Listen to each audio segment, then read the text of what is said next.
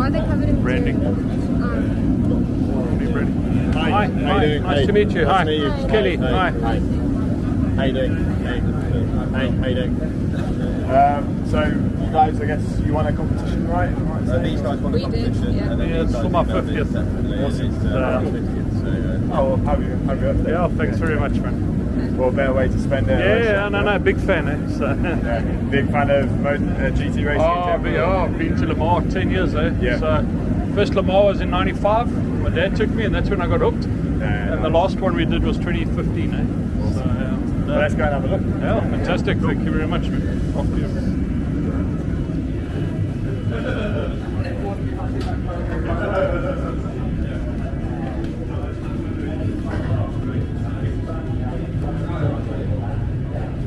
So yeah, this is our baby.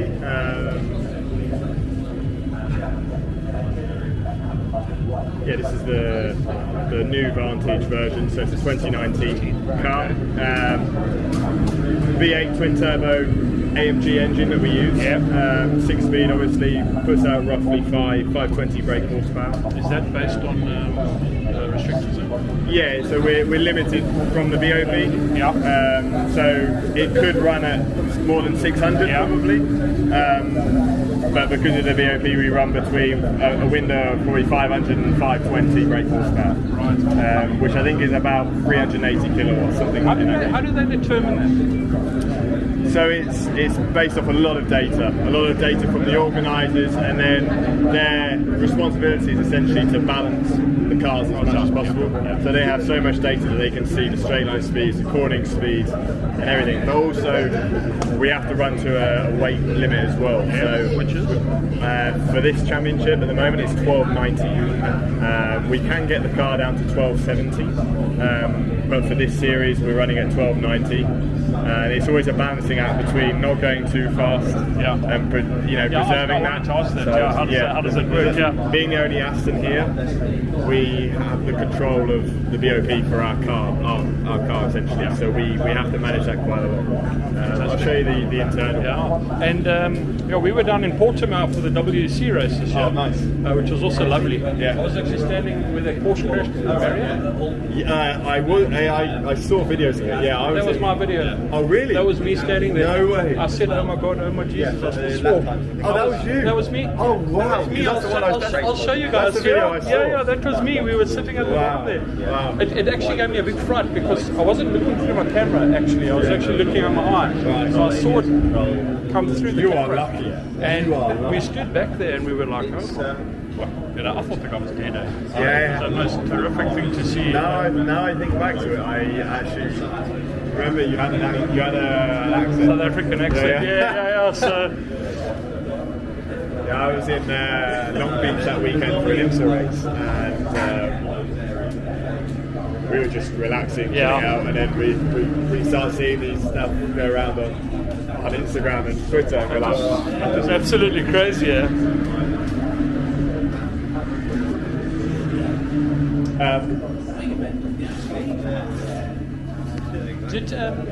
I wanted to ask, so you can sometimes get ride height changes as well, so obviously the higher the car is, essentially the slower it will be as well.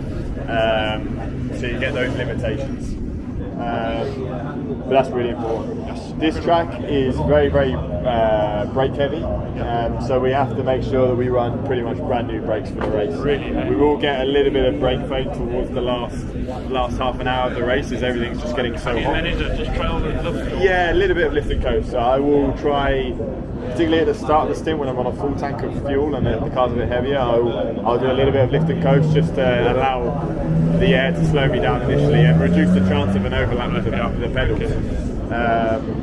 So we do have a lot of cooling, but it's pretty tricky to cope with. Cooling equals drag, Exactly. I can show you the inside of the car. Are you guys going down to Le Mans or? Sorry? Are you going to Le Mans this year? I won't be going to Le Mans this year, no. I haven't been for a few years, but hopefully we'll be back. Yes.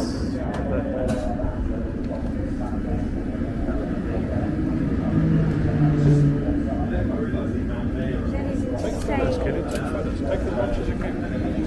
The whole suit? Wow. That's fantastic. So pretty self-explanatory. Random's radio. So we have to hold this down to communicate with the team. We're in communication probably every 4 laps. We have different boost adjusters, ALS adjusters.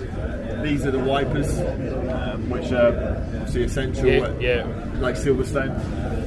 Flash button, which can become quite a well-pressed button in general. Is that something you're allowed to just use willy-nilly, or is it a... I think there are some limitations with it. You can't just overuse it and take the mic.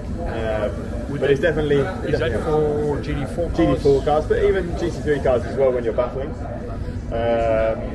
This is like a top speed assist.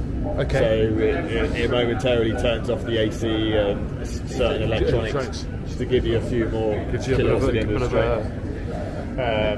This is to go through the pages that we have on the dash. We have indicators, see the shift as well. Start stop. So when we drop the car down, it's important to have this finger connected to the button, so that when the car drops, it fires immediately. Okay, is that automated procedure? Yes. Not like in a Assetto Corsa competition where you've got a program. Yeah, no, it's already programmed. No, that's fantastic. Full Courcello, which we don't use in this series, but that's an 80k limit essentially. Pit limit, which is 50k here. Alarm button, which is essentially to notify the team of anything they see on the dash that's interesting. We have our traction control adjusters here. Right. So we have slip traction control, which is essentially off hairpins, and then pro traction control, which is off high-speed corners, which is your TC. How much do you adjust that? A lot. A lot. Yeah, so it's a constant thing you move. Not so much around this track because it's just been resurfaced. It's very high grip. It's not meaning that we have to change it that much, but for Silverstone, for example, when the conditions were changing a lot in the wet conditions, we were changing this almost by the corner. Really? So neutral, which hopefully we won't need to find at any point during the race. Yeah. And then you've got your... It's incredible, and it's so tight, eh? Yeah, very, very tight. So this is Andrew's seat insert, which is essentially built around him for maximum comfort. And that is moulded, hey? Yeah, it's moulded. So we do a seat insert with some professionals at the start of the year at the factory, and that's hopefully the seat that we use for the full year. Adjustable pedal box as well. So this lever we pull, and we can so move your that whole back pedal. and forwards. Okay, so your seating position like that is fixed. Yes. Pedal position's not fixed. Yeah. And steering's fixed. Yeah. Steering, seat are fixed.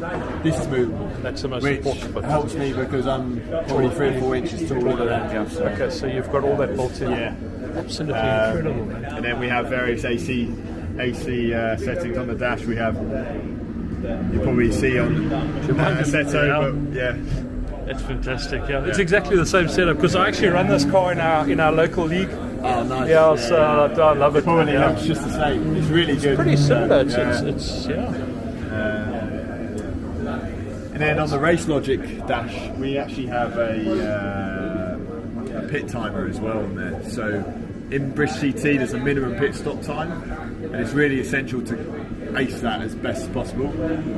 And that's when we're sat in the pit lane. That's like a countdown to when we can leave the box. Okay, so that's your marker. Yeah.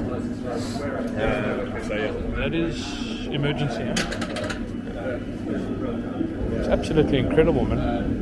What type of speeds do you reach down here, really? 150 probably at the end of the back straight. It's not a massively fast circuit. Not a massively fast circuit. The straights are a little bit too short to really properly stretch our legs up.